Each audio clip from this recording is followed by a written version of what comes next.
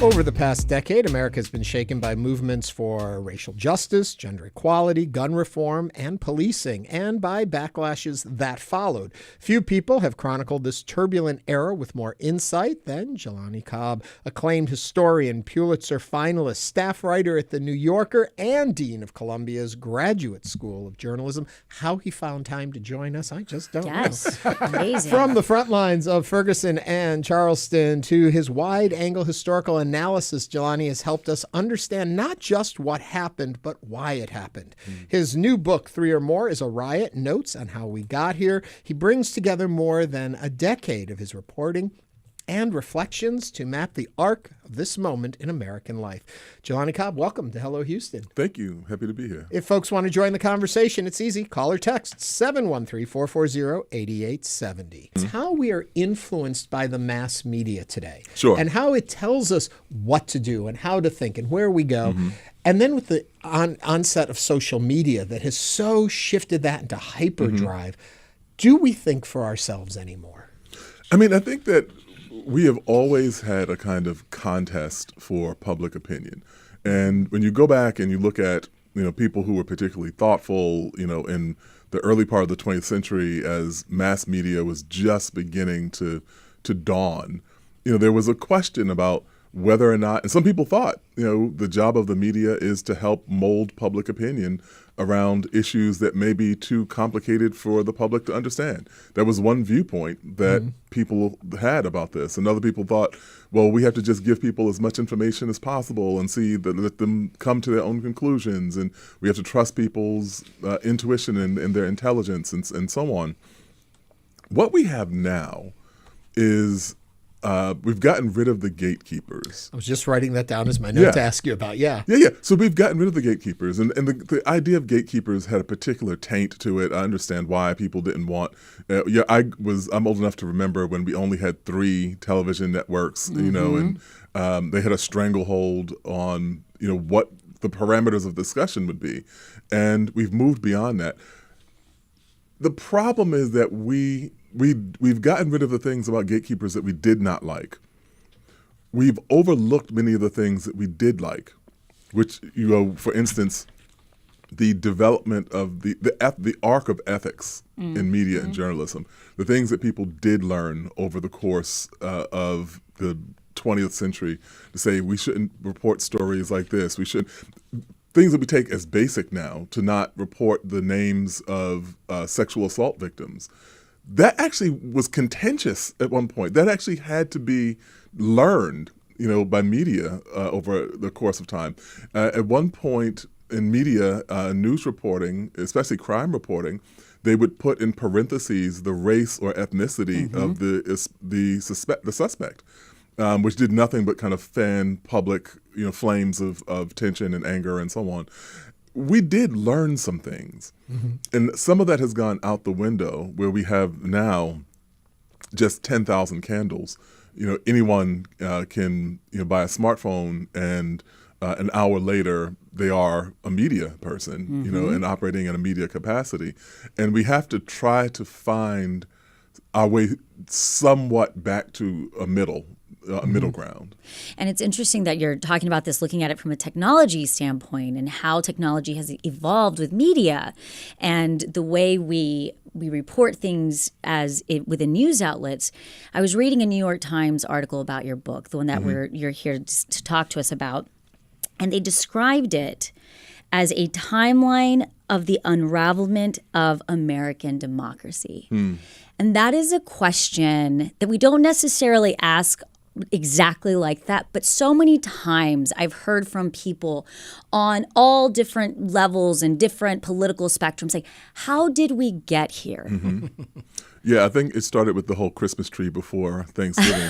Part of it. That's what did Jelani, it. How did we get here? Looking at 2012 and what happened in 2012 to now in 2025. Sure. So more seriously, what we are seeing really follows particular patterns, that are indelible and easily kind of seen. Last year, 2024, was the centennial anniversary of the 1924 Immigration Reform Act. if you went back to the congressional debates and the opinion editorials and so on in favor of the 1924 Immigration Restriction Act, you would be hard-pressed to distinguish that from what we are hearing right now. We have had periods of time where the enormously contentious ICE policies where people are being snatched off the street and so on, our equivalent of that was around, the World War II era, the immediate aftermath of World War II, the Palmer raids, in which people were suspected. This was largely targeting the Jewish community at that time, very many of whom were recent immigrants. But that community bore the brunt of a kind of anti-immigrant hostility and suspicion that culminated in the Attorney General of the United States, A. Mitchell Palmer, authorizing federal agents to snatch anyone who they thought was suspect and deport them. And so we have seen these kinds of themes in our past previously. Right. We haven't really grappled with why. And part of it is about demography. We've always had a very complicated relationship with demography in this country, partly because we start with the idea of we the people, and we don't really define who we is referring to. Yeah, and that's a great point. And I also think that to that point, I've also heard people say, we're asking, how did we get here or why did we get here? And I've heard from people of color say, no, we've always been this, but now we're just recognizing it in different ways because it continues to happen. Let me ask you this. I have a question. It's the same idea. Yeah. It seems like for a long time, we were sort of 2 steps forward, 1 step back. But since Trayvon Martin, 2014, I read in your book, we've been more 1 step forward, 2 steps back. Yeah. So that's very true. Like the first thing that I ever wrote for The New Yorker, so 99% of these pieces were drawn from The New Yorker. There are, I think, 2 pieces that I did that were not in The New Yorker that are in this collection. And the first thing that I ever wrote for The New Yorker was about Trayvon Martin, which wasn't anywhere near as well known as it is now. It was kind of a news blip out of Florida. And my editor was like, why don't you look into this, see if there's anything there, and so on. And of course, that became a really central moment, in this trajectory that we're talking about. For one reason, when the first time that the phrase Black Lives Matter was used in any significant way on social media was in the aftermath of the acquittal of George Zimmerman in the trial for Trayvon Martin's death. And then 3 years later, as some people will recall, in Charleston, South Carolina, 9 African Americans were killed in the sanctuary of the Emmanuel AME Church by a white supremacist by the name of Dylan Roof. Dylan Roof said in the police interrogation following his arrest that he had been moved to act in such a manner by the Trayvon Martin case, in which case he thought that George Zimmerman had been victimized and by being arrested for shooting an unarmed 17-year-old. And in that moment, both of those things happened. Black Lives Matter was born. And, to an extent that we have yet to really grapple with, Roof is at the center of this resurgence of kind of white nationalism that we've seen, which is now a part of national mainstream politics, which it never had been prior to, really the civil rights era, more than a half century ago. So that's where we kind of find that's where I start the book. Yeah. And then I kind of trace how that all weaves together into where we are now. Reactions to the stories you're talking about, and it ties into the title of your book, is the fact that people started to amass and make sure their voices were heard. And with social media and the attention, those voices were getting amplified to a level we hadn't seen, I think, like that before. All of this was growing, and there was concern here. The way you look at it, this had been going on. It is important for us to have our voices heard. We're louder now, but are we getting the message out clearer now? Yeah, I think it's a really fascinating question. I think there are 2 parts to it. Like one is that people have the capacity to be louder, but you would have a hard time selling ice in the winter. Well, at least where I'm from, you would, And the point is, why is there an audience that was receptive? And though there are two parts to that, and so the receptivity part of it goes back to the thing about demography. And there's this incredible anxiety about who has power in this country, and there always has been. And, when I would talk with my students, for instance, I would talk about the disenfranchisement laws in Mississippi and Louisiana and South Carolina. And, I was teaching African-American history, and I was like, well, why was it so important to disenfranchise these people? Why did they expend so much energy to make sure that these people didn't vote? And students would say, oh, they were really racist. And sure, like, okay, fine. But that doesn't explain it, because there are a lot of places that were racist that didn't go to these same sort of extremes. And they tend to overlook the most obvious example, the most obvious explanation. And it is that simply there were a lot of them. There were a lot of African Americans. Mississippi's population at various points was majority black. Louisiana, 40-something% black. Now it's in the 30s, in the percent-wise. But South Carolina, majority black at some points. You couldn't allow them to vote because they would have power.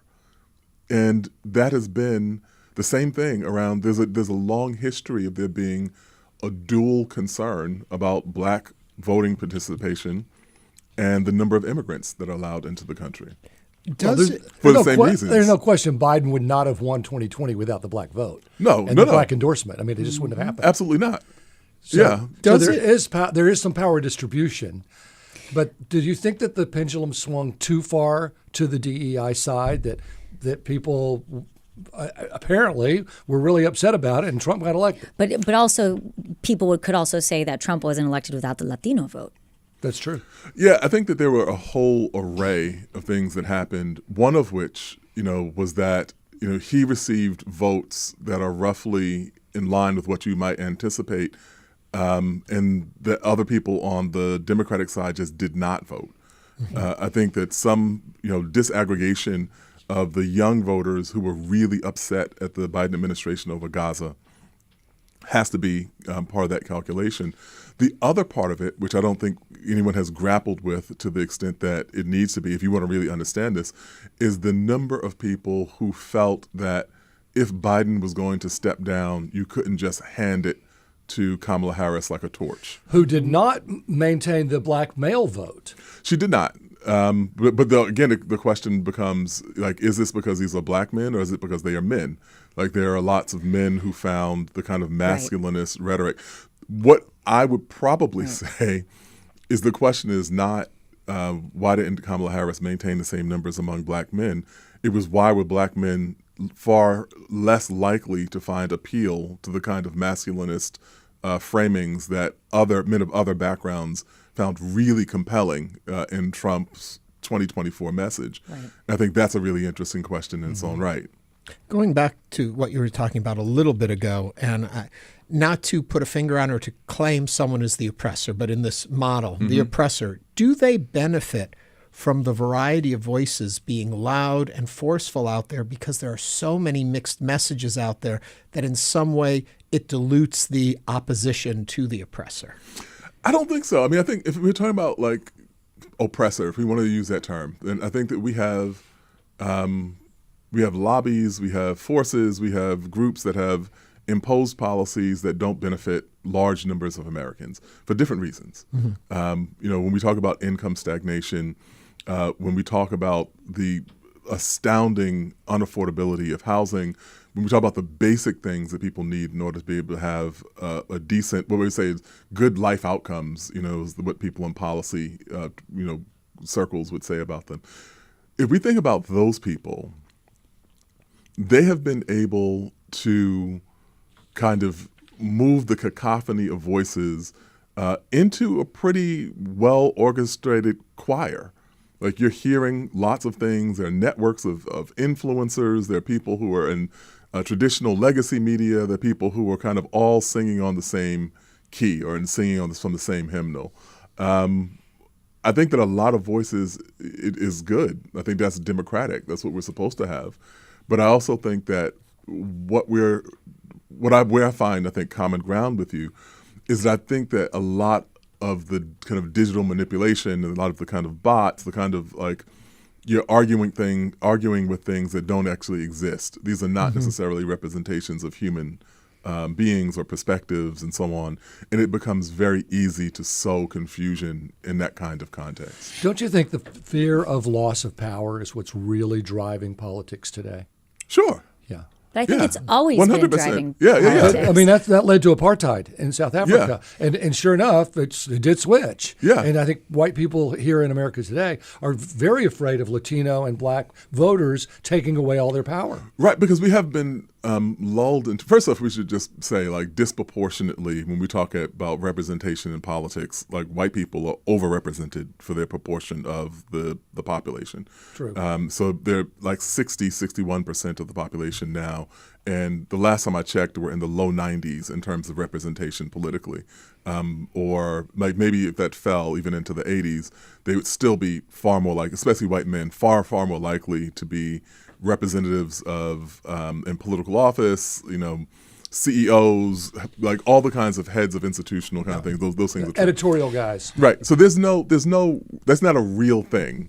But there is a kind of paranoia that these people's numbers are changing and like what will that mean for us and so on, because we've been led to accept this idea that this is all zero sum. That if any one community benefits, then some other community, it must be to their detriment. And that's not necessarily true. Jelani, based on your reporting and your book, as you looked through these stories and the evolution of yourself as a journalism, as you look at racism and poverty, do you think that is something that as a country we will ever be able to really understand and grasp? I think so. And I don't think that that's a kind of naive optimism or anything. But I also think that when we look at most of the progress that we have enjoyed, most of the things that have been bequeathed to us by previous generations, there were people who, in their time, reasonably said, oh, that will never happen. Yeah, that's never. Gay marriage. That was a classic in our lifetimes. Yeah. Yep. There's a classic example of this. And when the public opinion polling on that changed, it changed. It wasn't in kind of drips and drabs and like, okay, we'll change a little bit, whatever. It just, there was a point where people kind of collectively seemed like, no, what are we talking about? We're tripping. Like, why are we trying to deny people the right to live their lives as they wish, with whomever they wish? And there was a kind of tidal change in that no one saw coming. And I think that possibility is important. Even when we kind of go back through history is depressing, but for those moments, where people go against all kinds of odds, this incredible thing happens that we didn't foresee. Quickly before we let you go, I want to grab a YouTube question that came in that asked me to ask you about the new path to journalism, considering how the legacy media business models are failing. Yes. So the new path to journalism involves sending an application to Columbia Journalism School to become the dean. I'm required to say that, but I also think that it's important that we provide, even as the dean of a journalism school, I think that it's important that we provide the kind of alternate paths into, because there always had been. Yeah. There had always been a venerable place for people who came in, learned by doing, were mentored and kind of moved through the ranks. That's decreasingly possible because there are so many news organizations that are going out of business. And we have news deserts and all these other kinds of things. So we have to have those kinds of avenues. But if this is a person who's talking about right now, I would say join professional organizations, find mentors where you can. And if you can't go to journalism school, then I would say maybe even the ad hoc class here or there until you can kind of find your way into the field. And I want to thank GT7 for that question. And thank you for coming in. Thank you. Fascinating. I have a quick yes or no. Okay. You're the dean of the Columbia Journalism School. Do you require your journalism majors to take an ethics class? Absolutely. Okay. Since the beginning in 1913. I had to take one. I haven't been there since then. I had to take one at Washington and leave, just making sure you're having to take one. No. That was what the school was founded for, literally. Yeah. Jelani Cobb, Dean of Columbia's Graduate School of Journalism and author of 3 or More is a Riot, Notes on How We Got Here. Thank you so much for joining us. Thank you.